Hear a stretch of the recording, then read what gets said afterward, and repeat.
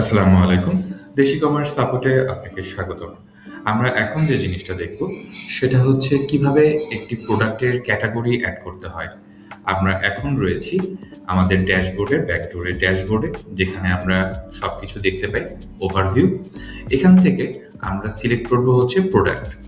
আমরা যখনই একটি প্রোডাক্টের ড্রপ ডাউনটা সিলেক্ট করব, তখনই আমাদের দ্বিতীয় অপশনটি থাকবে ক্যাটাগরি। আমরা এখন দেখব কিভাবে ক্যাটাগরি অ্যাড করতে হয়। আমরা তাহলে ক্যাটাগরিতে ক্লিক করলাম।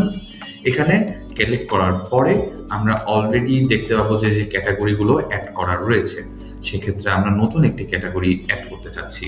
তাহলে অ্যাড ক্যাটাগরিতে ক্লিক করব। প্রথমে আমরা টাইটেল দেব, ক্যাটাগরিটা কি হতে পারে। আমরা একটা ক্যাটাগরি সিলেক্ট করি যেটার নাম হতে পারে বার্গার। যেহেতু আমার এটা রেডি ফুড শপ, তো আমি বার্গার নামে একটি ক্যাটাগরি টাইটেল অ্যাড করলাম। এরপরে ডেসক্রিপশন। নর্মালি ডেসক্রিপশনটা আমাদের কোনো প্রয়োজন হয় না, কারণ ক্যাটাগরি ডেসক্রিপশনটা ওইভাবে শো করে না কোথাও। সেজন্য আমি ডেসক্রিপশনটা স্টাইলে স্কিপ করতে পারি, এবং আপনি চাইলে ডেসক্রিপশনটা অ্যাডও করতে পারেন। এসিও এসিওটা এখানে অটোমেটিকলি সেট হয়। ডেসক্রিপশনে আপনি যদি কোনো কিওয়ার্ড এসিওর জন্য আলাদাভাবে সেট করতে চান, আপনি ডেসক্রিপশন বক্সে সেটি দিয়ে সেট করতে পারবেন।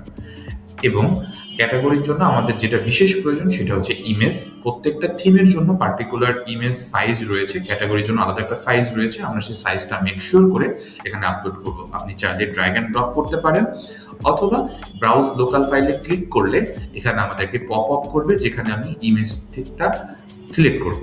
সেক্ষেত্রে আমি দেখি আমাদের ক্যাটাগরি ইমেজটা কোথায় আছে। হ্যাঁ, এখানে আমি পেয়ে যাচ্ছি। আমি চেয়েছি বার্গার, তো এখানে একটি বার্গারের ছবি আছে। আমি এই ছবিটি ওপেন করলাম, দেন এই যে আমার ক্যাটাগরি ইমেজটা এখানে শো করলো। আমি এটা যখন সেভ করব, তখন আমার ক্যাটাগরিটা অ্যাড হয়ে যাবে। এই যে আমি যে ইমেজটা সেট করেছি, প্রথমে এটা শো করছে। এটাই হচ্ছে আমার ক্যাটাগরি অ্যাড। Thank you.